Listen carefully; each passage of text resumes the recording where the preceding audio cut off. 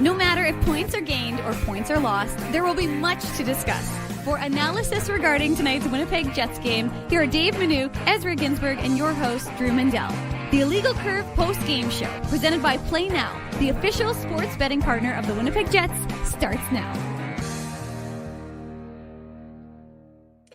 Good evening, Winnipeg. Good evening, Manitoba. For all those joining us live this evening on our YouTube channel and all of our social media platforms, we say good evening, universe, and welcome to the Illegal Curve post-game show, where we gathered here today to talk about the Winnipeg Jets flittering away a 2-point victory, settling for a 1-point overtime defeat.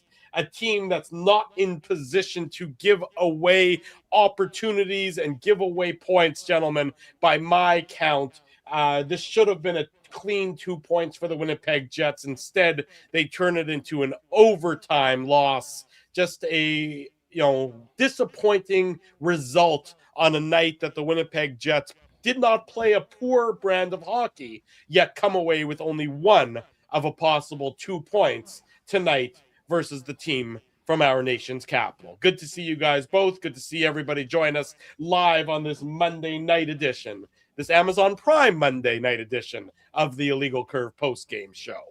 Hey, Drew, where's your little Amazon Prime box? It's upstairs. I left it upstairs on the kitchen table. That's not the way an influencer would act, Drew. I'm not. Well, as I said when I brought it home, and Laura said, "What's that?" And I said, "It's this box that I got from Amazon Prime." And she said, "What did you do with it?" And I said, "Well, I took a picture of it." And she said, "You're supposed to do like an unboxing video." And I said, "Well, there's 0% chance I'm doing that." I noticed that Remus did it, of course, because he's a huge sellout. But I just, I like, okay, thanks for the box. There's a bunch of crap in here that I appreciate. Whoa, Drew, bunch of crap. Well, it's a bunch of stuff. I mean, let's be honest. I mean, I acknowledged it. They got what they paid for from me, which is nothing. And I gave him a little tweet. I mean, I'm not an influencer. You can stop sending me your swag. I'm not going to promote it that well. Send it to other people who are better at this than I am, would be my remarks along those lines. Based on what you're saying, Drew, I think you might be a little bit of a hoarder then if you're just collecting things and you're not doing an unboxing. I mean, if you're not going to do the unboxing, what's the whole point of actually... No, I unboxed it. I just didn't make a video about it. I mean, I'm not about to make a video. I'm not going to sit there and, put one of those, microphone clips on my lapel or something and talk about this magnet I got and this, water bottle and this other stuff. I mean, I'm not going to go that far. That's too much. Again, I appreciate the gesture. It's a very nice gesture, but send it to other people if you want to really get your money's worth rather than sending it to me. I don't have time in my day to make fancy unboxing videos that the influencers do. But you have time to request the box, though. I didn't request the box. They emailed me. I just said, please send me the box. Sure. They said, can we send you the box? I said, sure, you can send me a box. I'm joking, Drew. I'm joking. Yeah. There was some nice stuff in there. There was an Amazon towel. I noticed there was a prayer candle. I thought the prayer candle was a nice touch.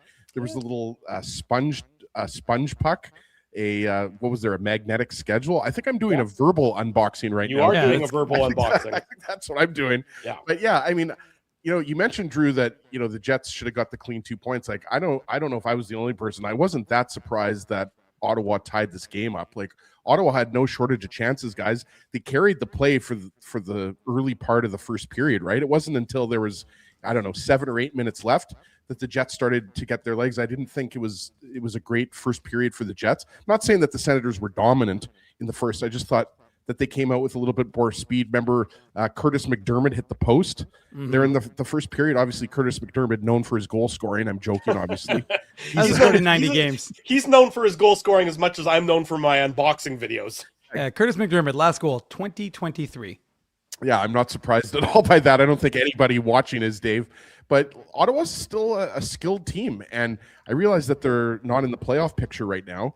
The Jets aren't, for that matter, either. But when you've got Brady Tkachuk and Timmy Stützle and that Jake Sanderson, every time I watch Ottawa, I mean, that guy skate kind of reminds you of Scott Niedermayer a little bit. Like every time he gets the puck, it's up the ice, right? So for the most part, it was a pretty solid game. Like obviously Logan Stanley continues to be red hot, getting his 6th goal of the year. Everybody expects him now to score every single game. I really liked for parts of the game, what I saw out of Nemesnikov, Perfetti, Niederreiter, I thought that was there's. Oh, here we go. Here's Scott Arneal. Scott, does that feel more like a game you needed to be better in overall, or more about those 3 moments on 3 goals against, for instance? Yeah, it had a lot to do with those 3 moments. That was a game that should have been won by us. We got off to a slow start, took a couple penalties. Obviously, penalty kill came up large, but it took us 15 minutes to get going. At the end of the day, these are the games you got to learn to win. Got to learn to win. This was something that we had to find a way at the very end, either to get that 3rd goal, or the other side of it is, not to allow that the empty netter the 6-on-5 goal to go in. We got to find a way, however that is. If that's making the next play so it gets out of the zone, if that's blocking a shot, whatever it is, those are the things that you need. We need 2 points. We need them badly. Scott talked a lot about consistency. How would you assess the road or the homestand on the whole? Well, 1, 2, and 1. That's not very good. Not if we're going to try to get in the race here. I know the penalty kill was a big emphasis coming in. How did you think that unit battled tonight? Well, the first period there, obviously they did a great job and got stuck out there, tired, and those 4 guys hung in there, and whether it was blocking shots or getting sticks on pucks, obviously Helly had to make some big stops, and at the end of the day, you need that. You need your penalty kill to keep you in games. Both your goals tonight came from your defense. You've stressed a lot about secondary scoring. What did you think of that tonight? Yeah, I would like to be a few more forwards added into that, but no, when your D, your D can get involved, it's a big bonus. I think that. I think we're over 10, 11, 12 shots from our back end. That's important. That puts some strain on the opposition, and we had some good zone time because our D were active. Our D were getting themselves in a position to either get shots or to make the next plays. On a related note, what did you see from your top line today? From your top line? I thought as a whole group there, we weren't as sharp consistently. We were in the second. There was a stretch there in the second. We were real good. We were kind of going in spurts again. I liked a lot of what we did in the second. I thought, obviously the first 15, the penalties kind of got us off to a slow start. But like I mentioned, when we get going one line after another and it gets continuous, but it has to happen for 60 minutes. It didn't happen for 60 minutes. Just on the first goal, I think it was off of a line change. Was it just a case of 2 righties doubling up? Like what's we turned the puck over at their blue line, and then we got 2D caught on the wrong side. Scott, we talked this morning about the Lowry line and sort of playing to their identity. You feel like they sort of set the table for that goal too? Like their cycle shift kind of led the way to the... Yeah, they were getting some, obviously some consistency from those big guys, and that's what we need. And obviously they have a job to do against some of the other teams' top lines. But, like I mentioned, that second period, there was a lot of good things that were going on in the sense of, we got pucks down to the goal line. Then we went to sort of work from there. We got zone time, we got possession, we got shots, opportunities. Our goalies made some stops. But at the end of the day, I think there was more of what we wanted to see from that line, consistently. You didn't get the momentum you're hoping for in this homestand, obviously. How hard is it to get that momentum going on the road? Well, we got 3 Central Division opponents here. We're going to have to just go into St. Louis, and we're going to have to make sure that we gain some points. We didn't do the job here at home, so we're going to have to make sure that we go out on the road and get some. Thank you. Jets head coach Scott Arneal tonight from the Matt Frost Media Center. The Jets should know how to win this game. He talked about you got to find a way to win this game, or you got to, you got to learn how to win this game. Whatever. I'm paraphrasing the Jets head coach. Last time I checked, the Jets were the oldest team in the league. They should know how to win this game. They should know how to put this game to bed. Mark Scheifele should know better than having a loose stick in the middle of the slot, redirecting a point shot. Again, everybody's saying the right thing, that this was a winnable game, that they somehow managed to lose. But I don't like that the idea that they don't know how to win this game. I think it's just a lack of confidence that, impacts them. I mean, Ottawa was the more desperate of the 2 teams down the stretch. Ottawa, had a difficult loss in Minnesota on Saturday where they gave up a lead, or they gave up the game. They gave up a late goal. Yeah, late in the third period. Like 23 seconds left. Right. The Jets need to find a way to win this game. And you got a veteran team for a reason, and the reason you have a veteran team is because you should know already how to win this game. So, Yeah, I mean it's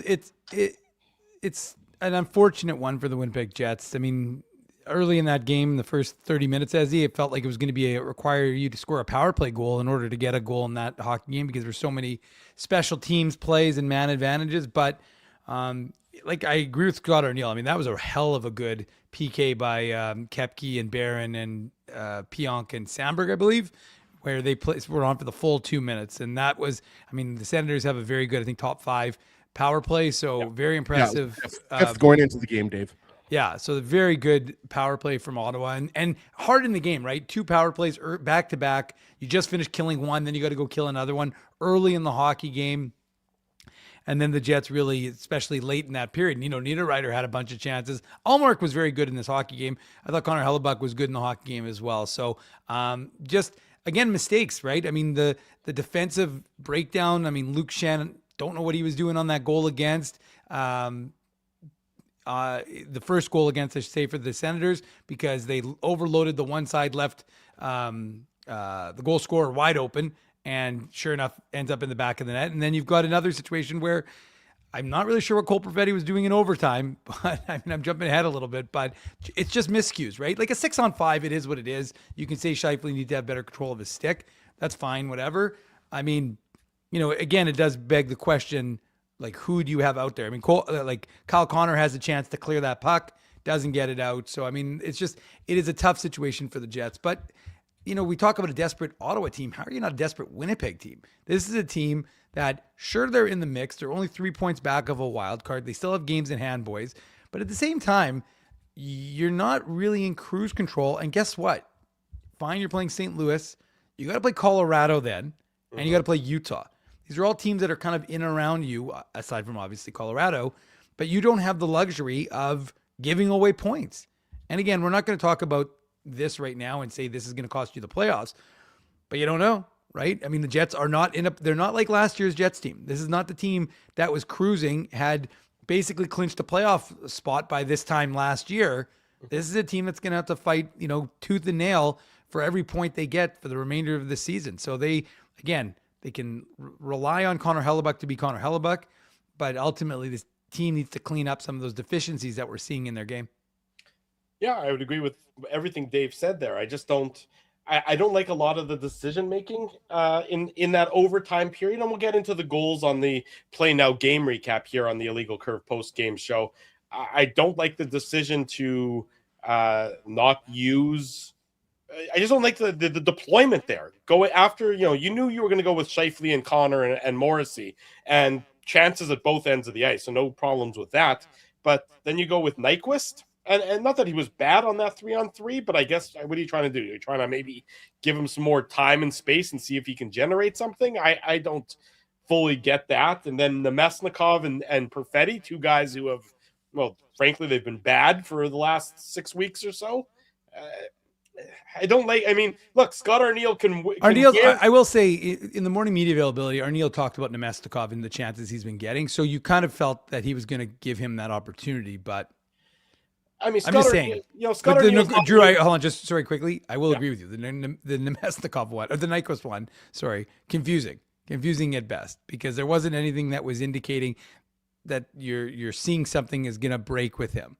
And 3-on-3 for a guy who is not the speediest, and there's a lot of those on this Jets team, but it's a questionable decision in my mind. I'm not as surprised. I'll agree with you, Drew, that I was surprised Nyquist was out there. I'm not surprised by Nemesnikov and Perfetti, because those guys are in your top 6. And I realize we're not really sure what the top 6 is right now, but they are. Gabe Vilardi, he didn't sniff the ice. Yeah, right. That's weird. Well, that's kind of what I'm saying. Essentially, what you did there was you put in Nyquist instead of Vilardi. That was a conscious choice by Scott Arneal, who's obviously the head of the coaching staff.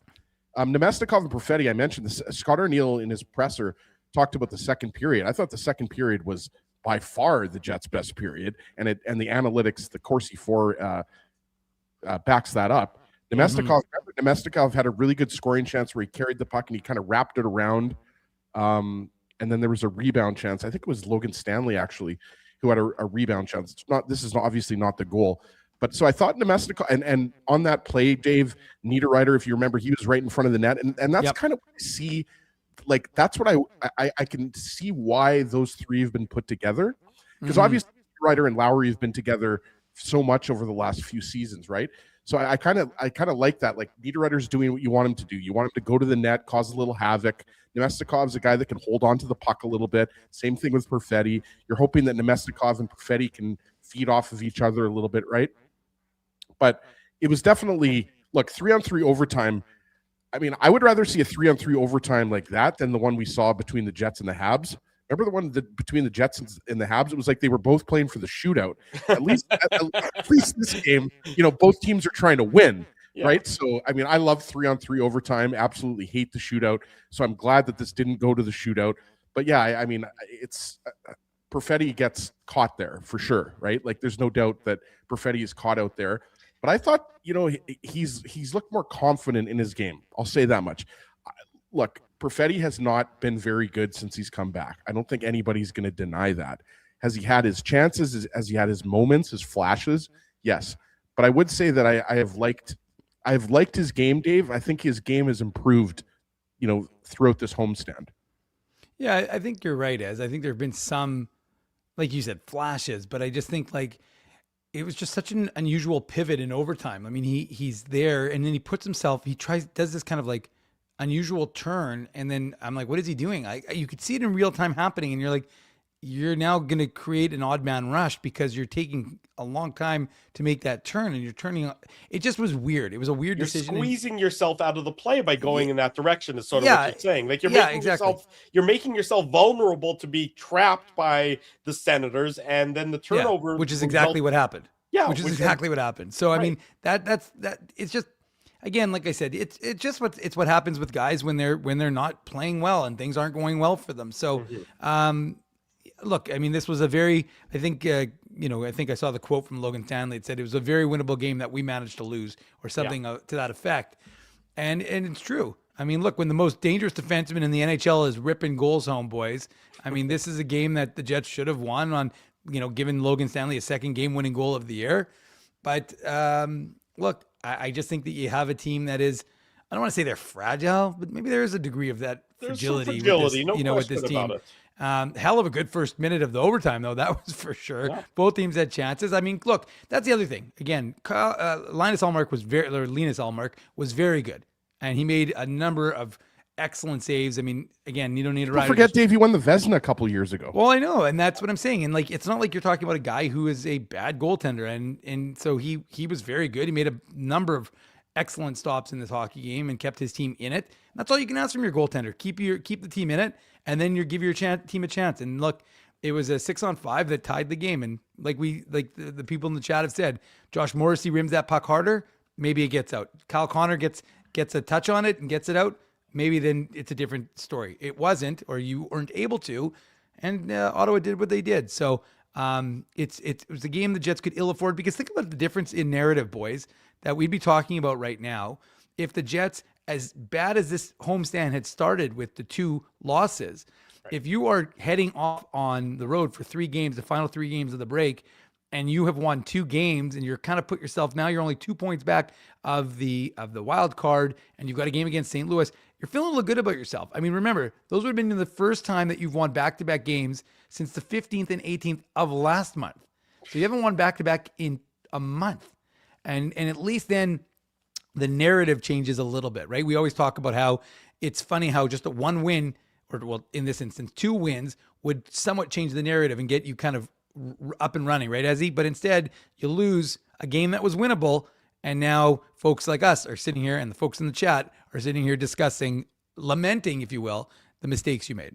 Guys, the reality is, I was just going to say quickly, Drew, the reality is for teams like Colorado, Dallas, Minnesota, who basically looks like they've already locked up 1, 2, 3 in the Central Division, the Jets are 11 points behind Minnesota for 3rd in the division. Mm-hmm. So I don't know if it's realistic for the Jets to be anything but a wild card team at this point. Jets also can't match them talent-wise. Well, yeah, but the point I'm trying to make is for Colorado, Dallas, or Minnesota in mid-December to lose a game, to lose a point, not that big of a deal because you're already so far ahead of the rest of the pack. The point Dave's trying to make is because the Jets are 3 points out of a wild card spot, that's a massive point to miss.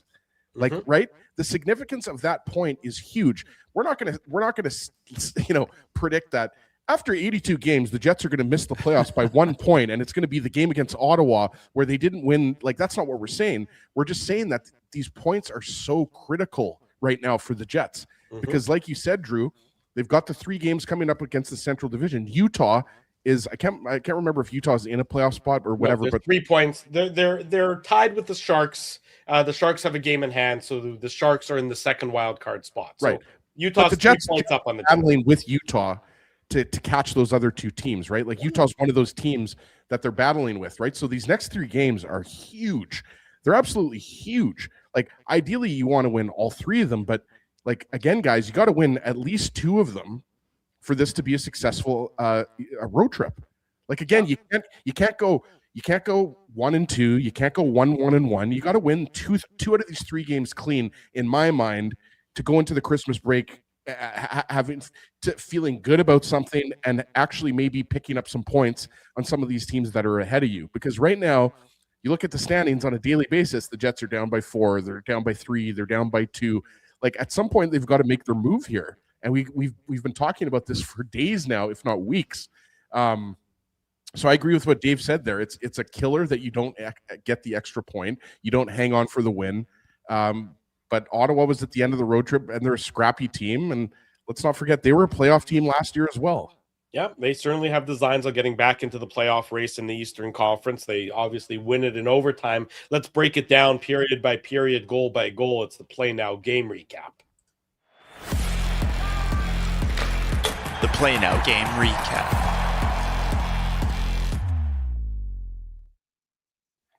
Big thanks to our friends at Play Now for their continued support. Play Now wants to send you and a guest to Toronto for a triple header to see the Raptors, the Jays, the Leafs, all in one epic getaway. Learn how to enter at playnow.com, the official betting partner of the Winnipeg Jets. Conditions apply, 18 plus. And of course, most importantly, enjoy responsibly. The Jets decided to play with a little bit of fire to start tonight's contest. They're taking a couple of penalties against a very good Ottawa Senators power play. The Jets, to their credit, a PK that had been struggling really for the last little while, has begun to look a lot sharper. Yes, they gave up that one power play goal on the 5-on-3 to the Capitals on Saturday night, but that was when the score was already 5-0. Garbage goal. A garbage goal, garbage time. When the game is counted the most, the Jets PK has been very good as of late. They killed off 3 Ottawa Senators minor penalties. The Luke Shen one, the Mark Scheifele one, almost happening back to back. The Jets, maybe a little bit of desperation, but desperation still worked. They were able to kill off those penalties in that first period. They got a power play opportunity of their own when Curtis McDermott hooked Logan Stanley, and the Jets had that opportunity at the end of the first period. No dice for either team. The first period ends with the score 0-0. The Jets getting 6 high danger chances to the Ottawa Senators, 2 high danger chances in that first period. Okay, hold on a PK second. by the Jets. No, I agree with everything you said there, Drew. And the numbers are the numbers, but the Jets only had 6 shots on net in the first period. Well, at 5-on-5, apparently. So every single one of them was a high danger chance. Every single one of them was high danger. The guy who was working for Natural Stat Trick tonight, I think, was maybe being a little bit generous. But that's all I'm going to say. All shots were high danger chances, I guess so. But they had 7 shots, as to be completely exact. But yes. Sorry, I gave him 1 less than they actually had. It's a valid point, though. Apparently, all 6 of the 7 were high danger chances. I'm not the chance that I made a note. I didn't make a lot of notes at all, to be honest with you, for either team in that first period. Yeah. There was that chance where Luke Shen put it on net, and then Nino Niederreiter went in and had the rebound. That was the best chance that I thought the Jets had.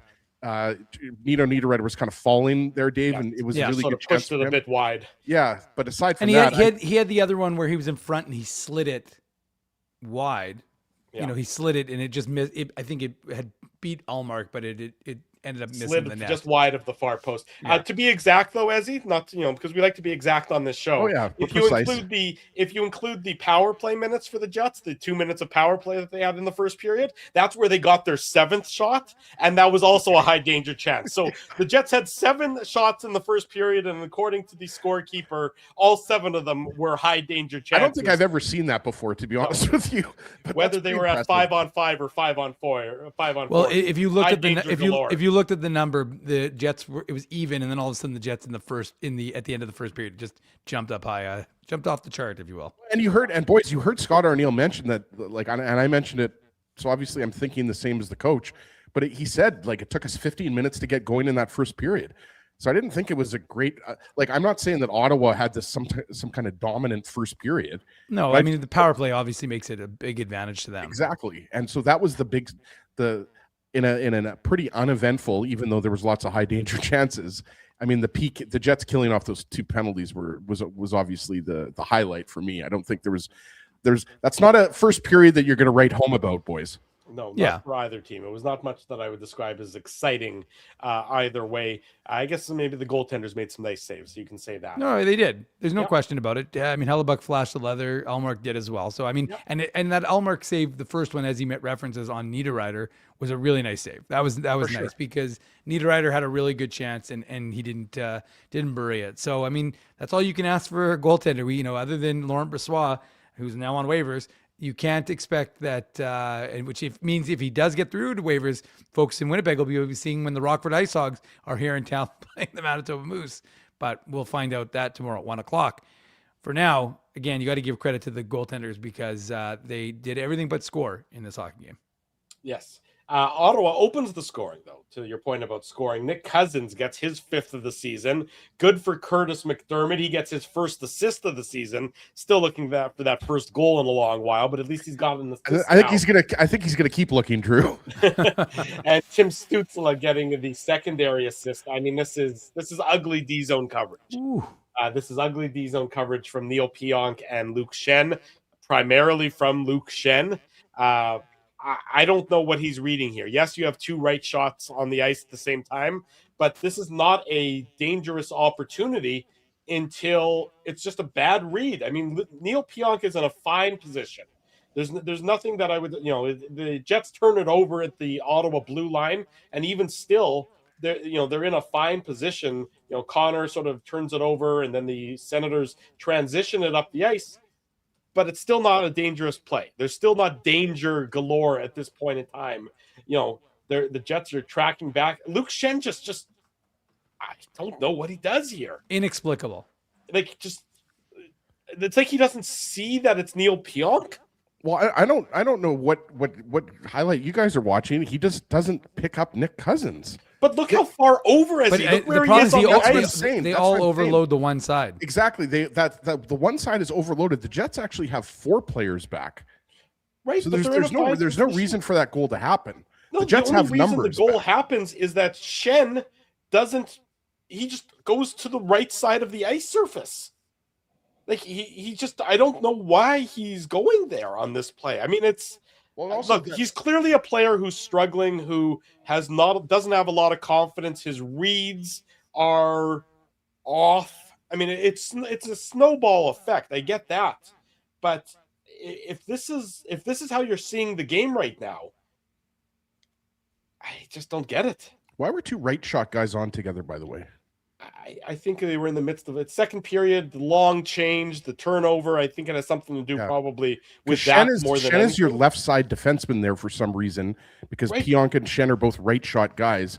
And Shen, like Dave said, Shen comes over and there's already 2 Senators there, and Nick Cousins is the right winger, and he just kind of cruises in from the blue line and no one covers him. Well, because Shen is the guy who's supposed to be covering him on this play. That's what I'm saying. Yeah. I mean, and let's not let the top line get away with murder here. I mean, like, they didn't play it particularly well. They have the puck in the neutral zone. They don't get the puck in deep. They're looking for if they're tired. Yeah, Connor turned the puck over for sure. And they're looking for a line change. And then Mark Scheifele just kind of cruises around and he's kind of watching things a little bit. But I mean, he doesn't pick up the man either. Again, but that's not his man. No. If you let me finish, I would say clearly Luke Shen is got to cover Cousins. But at the same time, it's a little bit of awareness, right? Because you know that Pionk is fine where he is in terms of his positioning. I mean, again, I don't understand what Luke Schen's doing, but I've said that probably numerous times throughout the courses of these post-game shows in reference to something we've watched in the game, right? So why does Scott Arneal keep putting him out there, Dave? I don't get it. Well, I mean, look, it's weird because, I mean, Colin Miller didn't have a particularly strong last effort, but Hayden Fleury can play on his off wing if you want to get him in there. I wouldn't be surprised if you see that on Wednesday in St. Louis. Sure, but I'm just saying that. Do I even need to say the name that I think should be in the lineup right now on the right side on the third pair? Elias Salomonsson? Yeah, come on. Elias, for the record. Oh, Elias. Yeah, it's been switched. I'm reliably informed. It was Elias, just to be clear, but it's Elias. Elias. Can I start calling? I'm just going to start calling him Elias. So we'll just go with a whole third name altogether. Well, as you would like that. One of my favorite Devils of all time. Yeah, I gave you that one. That one's for you, there, big boy. You enjoy that. You remember who hooked you up tonight? That's you. That's right. You didn't hook us up with the prime box, but you hooked me up. I hooked you up with a little Patrick Elias reference, though. There, a little tickle, if you will. Yeah. Elias. There's no excuse really there. There's nothing further to break down. No. And that was a breakdown, and that was a lack of coverage. and that again, was a loss of coverage. It's a loss of coverage, and I just saw the communication from Dietermeister, and he's right. It's also bad communication. The Jets aren't talking to each other. So you've got a bunch of guys who are just, again, we know that the top line isn't the most defensively responsible line that there ever will be.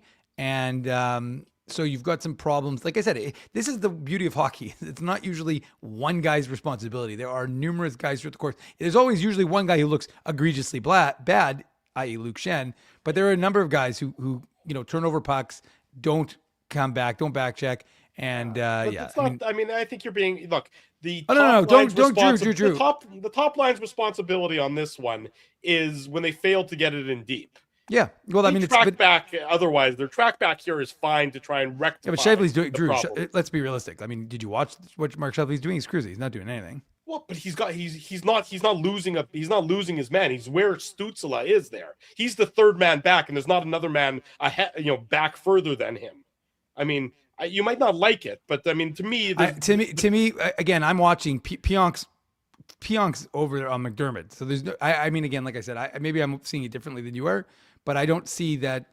I don't see what Scheifele's doing. I think that. But he's in position. If Stützle becomes a dangerous player on this one, he's in position to handle Stützle. But he doesn't though, because Velarde's on Stützle. So I mean, it's so it's 4-on-3.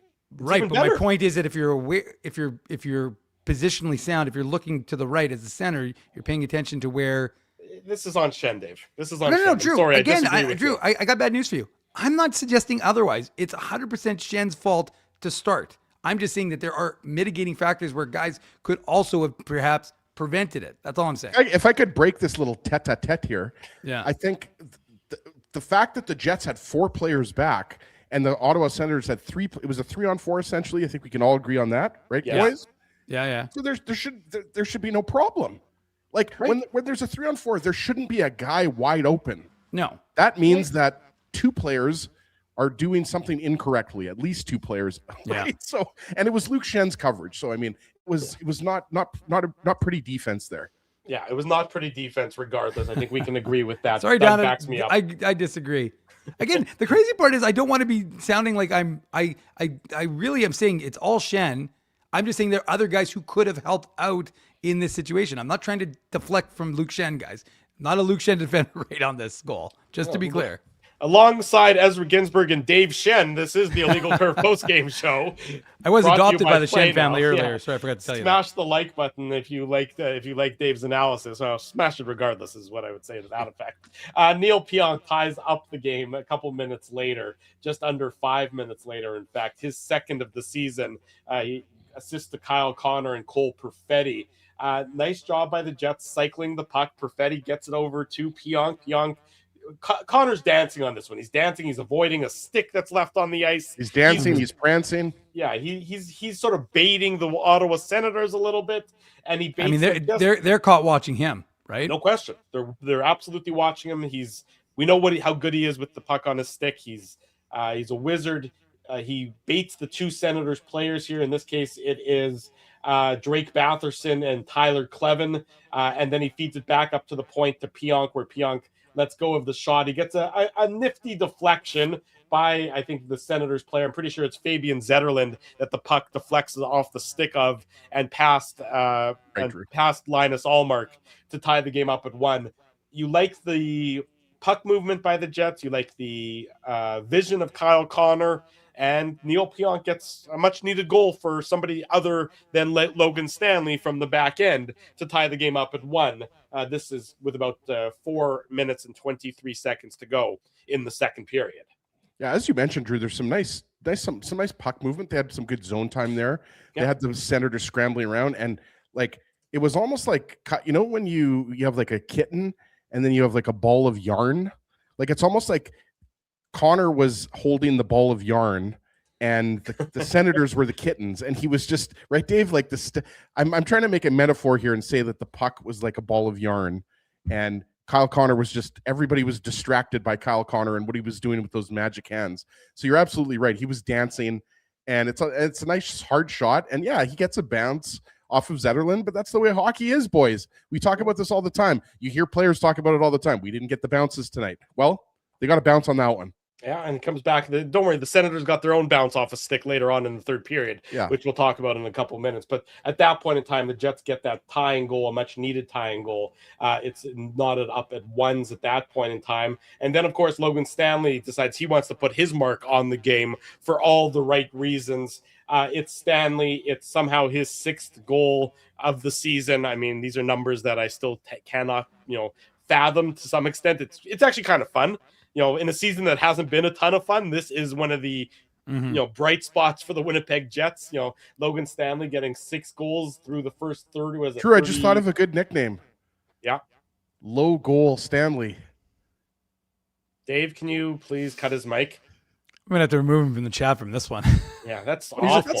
That's not usually bad. you're much goal, Ezra. Instead of Logan, low goal. As the founder of GST, you're better than that. You're better than that. Yeah. Dave, I'm sorry. You really should be sorry on that one. The play starts in the neutral zone by a real strong play by Morgan Barron to force the turnover in the neutral zone. He comes in and he's hard, and he manages to squeeze out Dylan Cousins on this one. And then it's a loose puck. Gabe Velarde does a nice job keeping it on side, gets back to Barron, who quickly gets back into the offensive zone. He finds Logan Stanley with the wrist shot beating Linus Allmark. It starts with you love that it starts with a neutral zone turnover forced by a hard back check by a guy like Morgan Barron. And again, I would have put Morgan Barron out in overtime just to reward him for a play like that. And he's fast. And he's fast. That's the inexplicable part. I know we're jumping ahead and jumping behind, and we're going all over the place, but that's the part. It's so inexplicable. You've got a guy with Morgan Barron who's feeling better about his game, who's got some speed. And yet you put Gus Nyquist out there.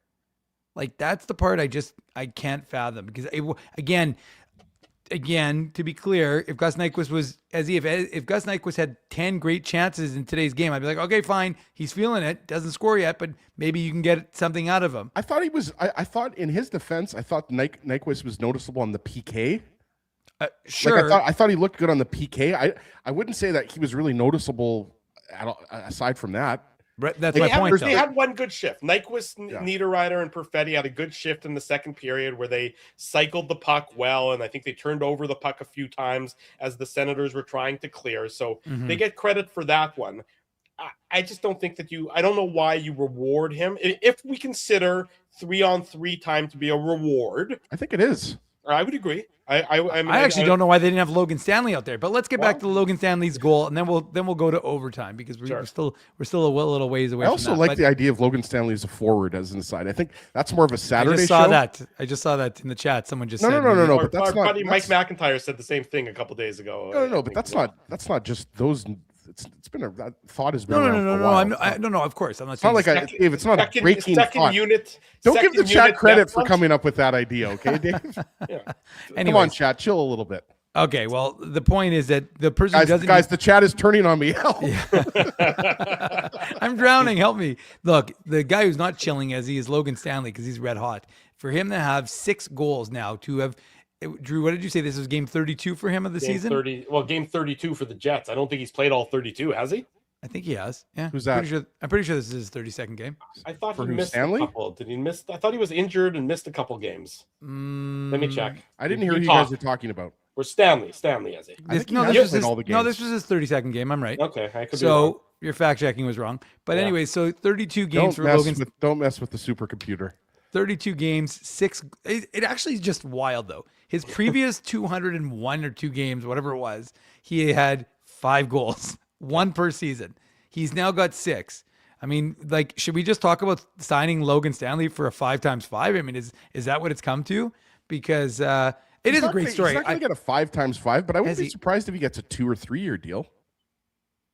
Well, I mean, he's going to be a UFA. What is he, 27 years old? Yeah. So, I mean, like, he's got... Has he not done enough to get a 2-year contract? Oh, no. I mean, again, it's the I would NHL. say that the answer might be yes, because the Jets don't really have a ready-made left side option to step in. Yeah. I don't know.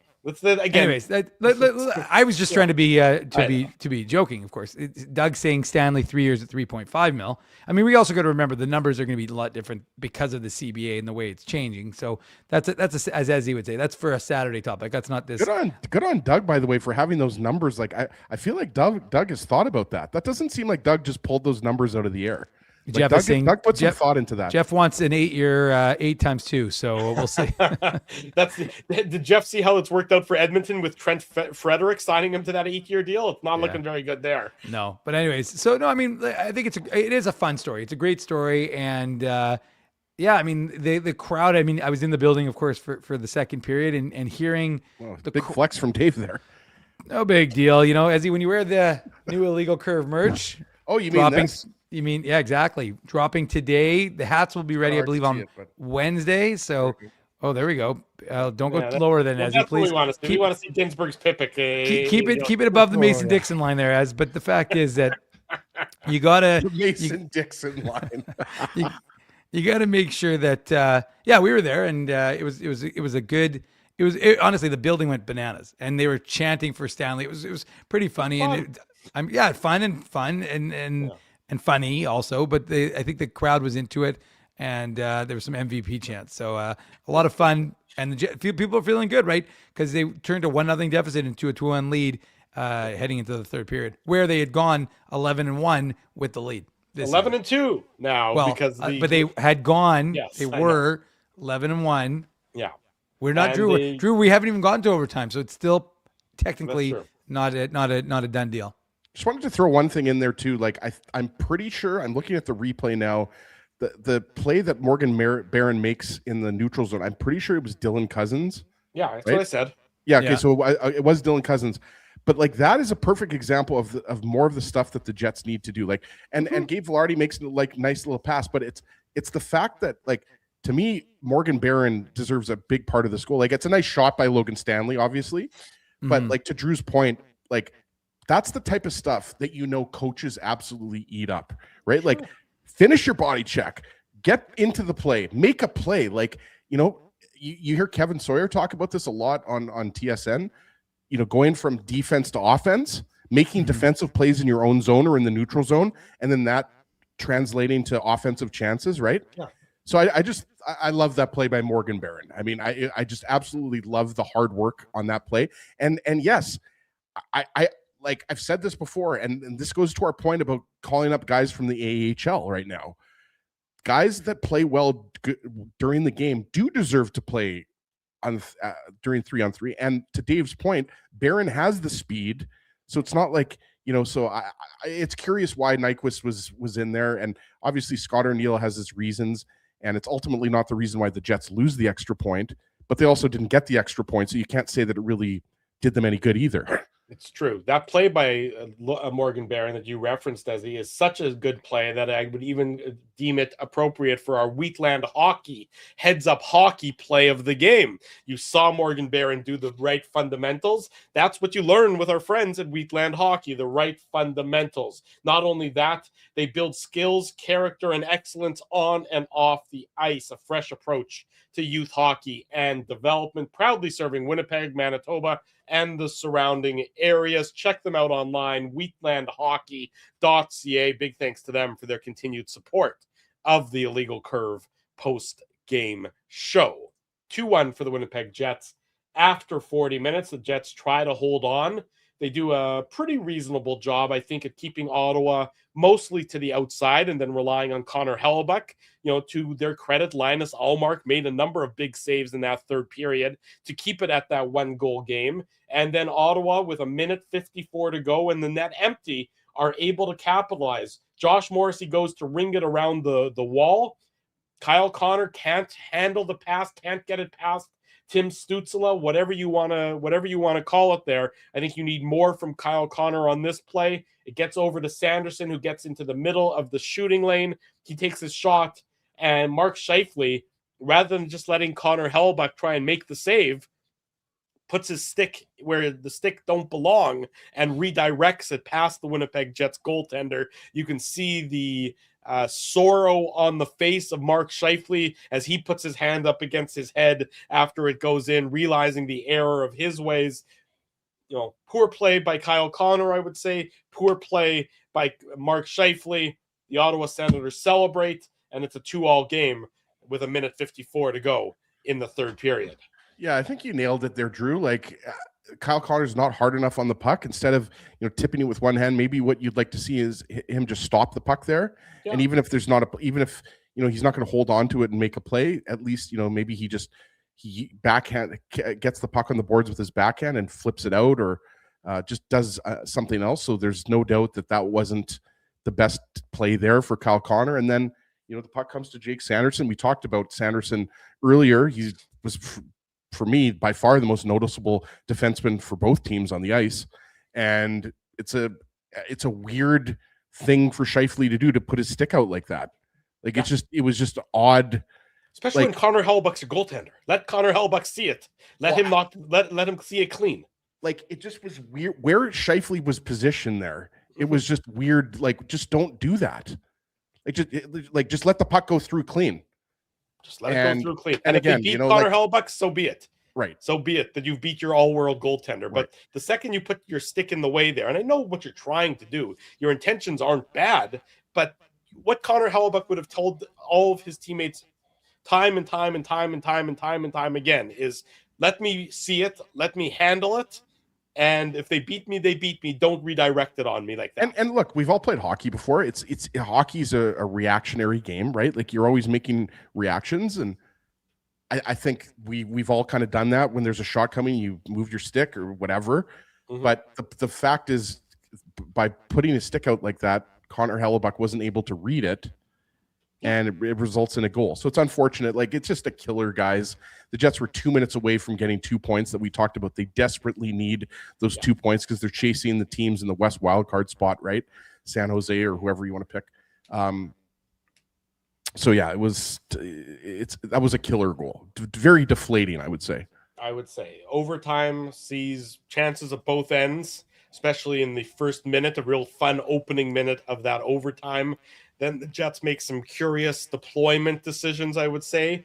They ultimately end up with Brady Tkachuk getting his second of the season assist to Stützle and Jake Sanderson. It's a nice play by the Senators in that they just squeeze the puck away from Cole Perfetti, and then both Perfetti and the Mesnikov get caught up the ice. The Senators get in on a 2-on-1. Sandberg isn't able to prevent the pass across. Hellebuck's not able to get across enough to make the save, and the Ottawa Senators escape Winnipeg with a 3-2 victory. They're minutes away from losing clean in regulation. For the Senators, this is definitely should be a boost for a team that needed one, and they get it, with late game heroics tonight, Dave. Yeah, I mean, I get that Perfetti gets, crushed in the corner, but I just don't understand. He's a smart guy. I mean, if you're going to talk about Perfetti, that he's a smart guy, right? And he can do math. And if he knows that Vlad Nemestikov is watching the back of Jake Sanderson behind the Senators' net, and there's nobody between him and those two, that means there's 2 guys behind him. That's so right. for him to make the decision that he made to turn around the way he did and again, it just doesn't make any sense because you're taking yourself out of the play. And if Sanderson, such a good hockey player. I mean, I know that we talk about him as every opportunity we get because he really is that good.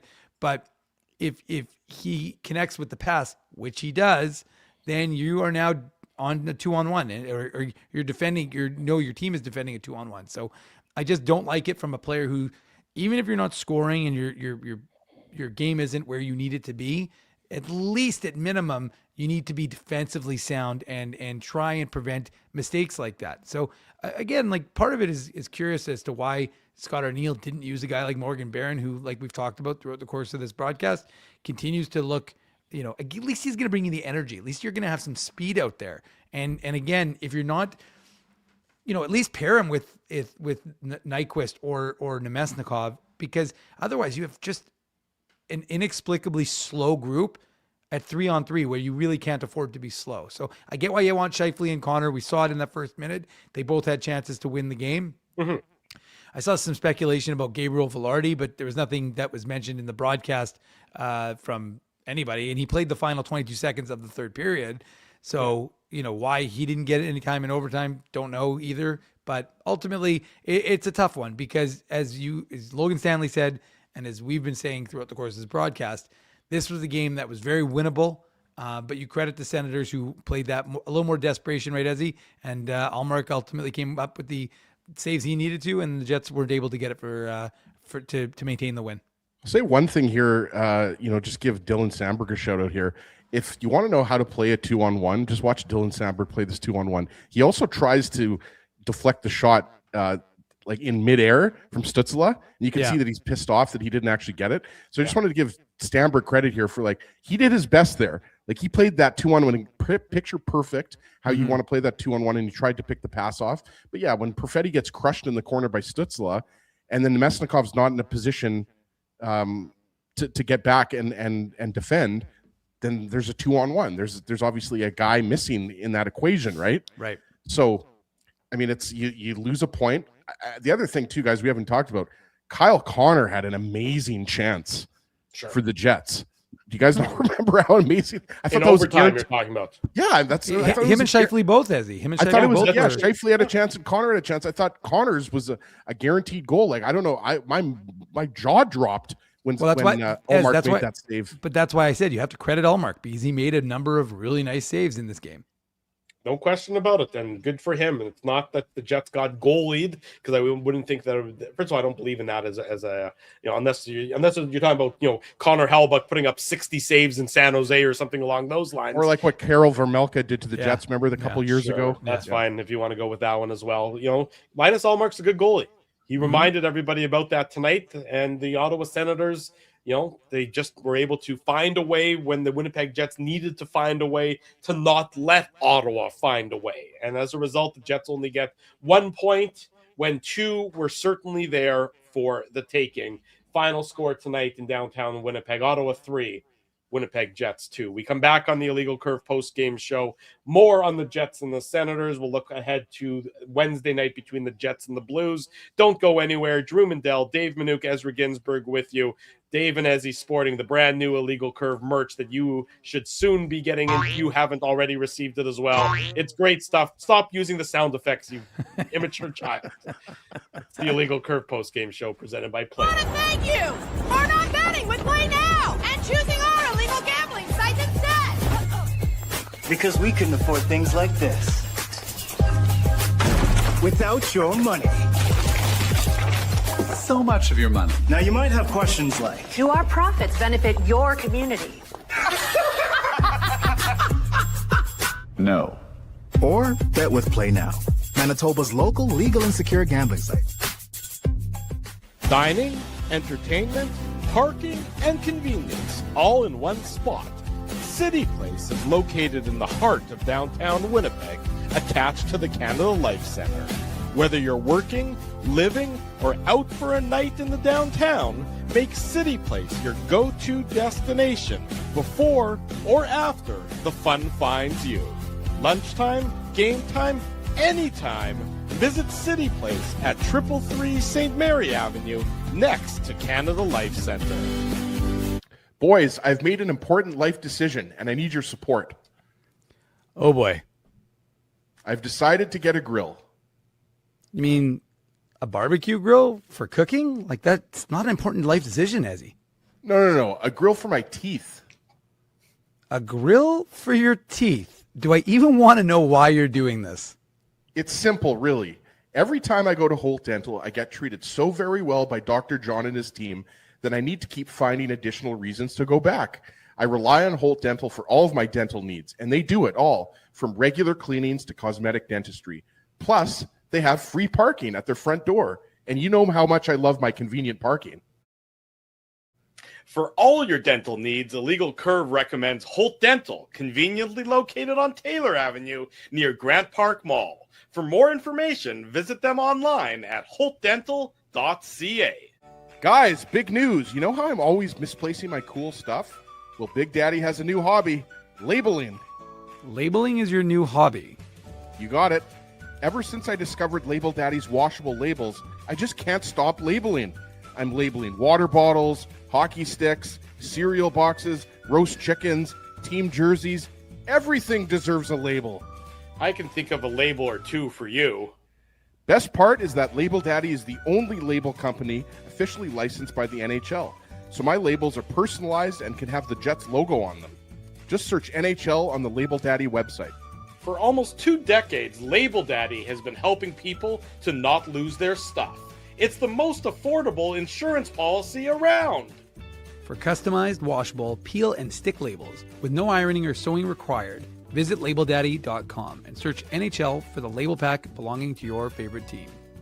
For over 40 years, Rumors Restaurant and Comedy Club has been Winnipeg's home for stand-up comedy. Renowned in the comedy world as a must-play venue, Rumors has recently been named Canada's top comedy club and a top 5 comedy club in North America. From birthday parties to date nights to fundraisers, wedding socials, and everything in between, Rumors is your destination for the best live entertainment Winnipeg has to offer. For information on upcoming shows, Rumors' incredible promotions, and to purchase show tickets, visit rumorscomedyclub.com. At Boston Pizza, a fast lunch doesn't have to mean fast food. Now you can get a $15 lunch served in just 20 minutes, including your choice of a main, side, and drink. That's right, lunch for $15 at your local Boston Pizza. Welcome back to the Illegal Curve post-game show. Drew Mandel, Dave Minuk, Ezra Ginsburg with you. A Monday night contest with our friends at Amazon Prime. That's what tonight was. Wednesday, the Jets head to St. Louis to face the Blues. First game against St. Louis this year? I don't remember another one against St. Louis. Did I miss one? That Early sounds in the right. season, was there a game against St. Louis? Was this the first one since Game 7 and Perfetti and double overtime? Oh, now that you're saying it, now I kind of feel like they maybe did play St. Louis once. I think they did. Let me look back. I think they played him. I think they played him in October. It would. Yeah, they must have played him in October. I think. Well, they haven't played Colorado yet, Drew. So I mean, it's not necessarily that. That's one step at a time. The Blues were shellacked at home by the Nashville Predators. By the way, tonight. 5-2. The Blues, they lost. Am I hearing music right now? Like, what is going on? Ginsburg's playing with something. Okay. I was trying to. If we had the Jeopardy music, I would have played that, but that was called Daydreaming. Yeah. Okay, so it's funny. stop playing with you know the problem is, Ezzy, because I didn't know what you're doing. I'm like checking all the screens on my thing. I'm like, what is going on? What do I have that's playing right now? No, I feel like they haven't played St. Louis yet, Drew. Yeah, they lost Holloway for 6 weeks. He was injured. They have not played St. Louis yet, which is. Well, they haven't played Colorado either. Yeah, no, I'm not disputing that. I mean, I'm just saying. So it's quirky, the schedule. It's not an AHL quirky, but it's quirky. It's quirky. Yes, exactly right. So anyways, the Jets head out on the road. They go 3 to finish the pre-Christmas portion of the schedule. St. Louis, Colorado, Utah. Poor results in those 3, and it's going to be a very uphill climb for 2026. Good results, and well, you're at least maybe a little bit out of the fire and just into the frying pan instead. Or I guess whichever one would be worse. Would you rather be in the fire or in the frying pan? I think there's a fire above my head, Drew, but yeah, I would rather not. I like to fry things. I don't like to be in the frying pan. Okay. Like I like to fry pierogies or out of the fire. Whatever. Isn't it out of the fire and out of the into the fire? Out of the No, fire and out into of the frying fire. It's out of the frying pan into the fire, That's what I would think too. isn't it? Yeah. Okay. Yeah. Well, either Sounds way, right. the Jets need some wins. I think we can agree on that. Look at us. We're a bunch of philosophers here. Yeah, We're I'm something not all sure- right. Yeah, we're something all right. I'm not sure what's worse, that it took the three of us to try and figure that out, or that there's Yeah. 220 people watching us try and figure it out in real time. It's one or the other. I'm just not sure which it is. Fool me once, shame on me. Fool me twice, shame on you. There you go. You got that one right there, big boy. Good job on your part. In any event, we're looking forward to that on Wednesday. The Jets and the St. Louis Blues. What time is that game? Is that a 7:00 game? Somebody should really, 7:00 on Wednesday. So post-game show will be right around 9:40, 9:45 or so, because it's actually not going to start probably till a little bit after 7, because it's a Sportsnet game and they don't really start till closer to sometimes 7:15. We should also probably clarify, Drew. I don't mean to steal your job here, but I just thought of it now. We should probably clarify that this Wednesday at Boston Pizza is actually the Winnipeg Sports Talk party. Yeah, because there was some ads running. I spoke to our friends at Boston Pizza. Yeah. They changed the ads around. They used the wrong logo, right? But they rectified it. So yeah, if you're looking for something to do on Wednesday night, our friends at Winnipeg Sports Talk, they're hosting a watch party at BP Kenaston. So if you want to head over there, watch the Jets and the Blues on Boston Pizza on Kenaston Boulevard. When are we going to go to BP on Henderson, for God's sakes? What's that? When are we going to go to BP Henderson? Shout out to our friends in East Kildonan, North Kildonan, Elmwood. I mean, I'm just saying we should be. Garden City, Garden City, my old hometown, whole area. Come on. Why aren't we doing BP at Portage and Moray in my neck of the woods, Dave? I'm saying, you know what we should do? We should actually do this show all separate, but each at a BP. It's like WrestleMania 2, basically. Yeah, we can do the BP. There's a BP in Winkler. Phyllis would like that. Yeah. Or Be maybe good for her. what Or we is can it do in- is we can wait, do the first intermission we could do at one Boston Pizza, then drive to another one, do the second intermission, and do a post game at a third Boston Pizza. I That can't would be remember- more like WrestleMania 2. You guys remember that guy that got the Slurpee from every different 7-Eleven in Winnipeg? Wasn't that you? No, it wasn't me. Shockingly, that wasn't me. There was a guy. Yeah, Dave M used to have a thirst for the Slurpee. I did. Since June 13th, 2011 or June 11th, 2013, I kind of get my addiction dates wrong. Have not had a Slurpee. Well, Sadly. on that note, folks. Although we Phyllis, encourage by you- the way, is correcting me. It's in Morden, not in Winkler. Sorry. Yeah. Shout out Morden, BP. That's it for us. I think we've Whoa, covered whoa, it all at whoa, this whoa, point in whoa, time. whoa. Nobody wants to talk about a Moose game that they lost 6-0. No, but they want to talk about prospect Kieran Walton with his. All right. Put on your fine, antlers. you- It's time for the Minute Moose Minute on the Illegal Curve Hockey Show.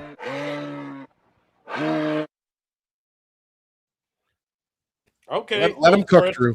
Let him cook. Well, I'm not gonna necessarily. Well, okay, I will say one thing, and we talked about it with Daniel Fink on Wednesday as he asked him about it. But even though the Moose got just pumped yesterday, 6-0 to close out their 4-game set against Iowa, which they split 2-2. The good news was from that game was that they raised a lot of toys donations for the Christmas cheerboard. So there will be a lot of Manitobans who are going to be getting gifts this Christmas, courtesy of their fellow Manitobans. So even though the game was not a good result comes from the game because some kids are going to be very happy this Christmas season. So that is good for them. And there was not a lot of joy in Mooseland yesterday because they played as good a game as they played on Friday where they won 6-1 and were dominating. They just didn't have it going on, and the power play for Iowa was clicking, and the Moose PK was not, and so it took a bit of a hit. They slid down the standings in that regard, but it just wasn't a good game. It was a good game for a former Moose, Mark Lewinsky from Dauphin, Manitoba. He had 2 goals against his former club, including the game winner. So that was about it. And then, like I said, we've been giving away a lot of Moose tickets because the IC zone is ready to go. People are enjoying that. And like I said, Owen Martin, Oak Bank, Manitoba, you know that 2025 third rounder. Good Manitoba boy. Yeah, he had a real slow start, but he got his 4th goal in the last 6 games for Spokane in the WHL, And Kieran Walton, Drew, I mean, I know you don't want me to talk about him, but the Talk kid is about him. I gave you the mic. I'm done. The kid is tearing up the OHL on a very bad Sudbury team. Sudbury's not very good, but Kieran Walton has been very good. The 2024 sixth rounder for the Winnipeg Jets. So he scored another goal for Sudbury, and he is currently tied for third. Well, haven't checked if I don't think there's any games. Was it today Monday? No, so there were no games tonight. He's currently tied for third overall in the OHL points race, getting to the 20-goal mark in yesterday's game. So Kieran Walton seems to be a real good asset. We'll see what happens as he continues on, but good things are happening for him. Now do the Swedish Junior League prospects. Okay, so Victor Klingsell, he was just reassigned from. You don't want me to? Because I will if you want me to. I know you will. Don't. Okay, but I will say quickly, thanks for everyone who did order IC merch. I was there. I picked up the Ezzy and Drew. Well, Drew's not wearing his yet, but he will be. If you ordered a hat, piece. Yeah, if you ordered a hat, the hats will be ready later this week. Well, the new era hats. The other hats are ready, but. And your order should be shipped out, or if you're picking it up, should be ready to go. I understand there were some people ready, Ezzy, right when the business opened. Shout out to Outstanding Branding. Thanks to them for getting us set up with this gear. And we will hopefully be doing another one of these in the new year. But if you ordered IC merch, we appreciate it. Wear it well, and you'll be able to give it away give it to hopefully to your loved ones for Christmas. There you go. That's it for Dave M. That's it for Ezzy Ginsburg. That's it for me, Drew Mindell. Say big thank you to all of you for joining us tonight on the Illegal Curve post-game show. If you haven't already done so, smash that like button, subscribe to the channel. For those of you wondering if you had some podcasting issues, they've been resolved. So the podcast... That's something worth mentioning. Yes, there you go. Stop playing with the buttons.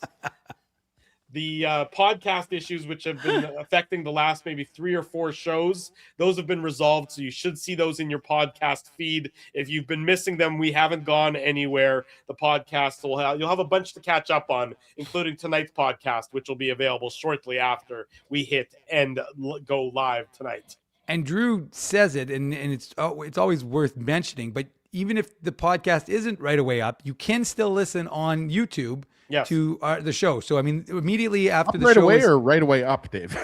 I don't know what I said, but regardless of what it said, what I said, it'll be available. It's already available on our game recap on the website, illegalcurve.com. So you can go there, you can listen to the replay.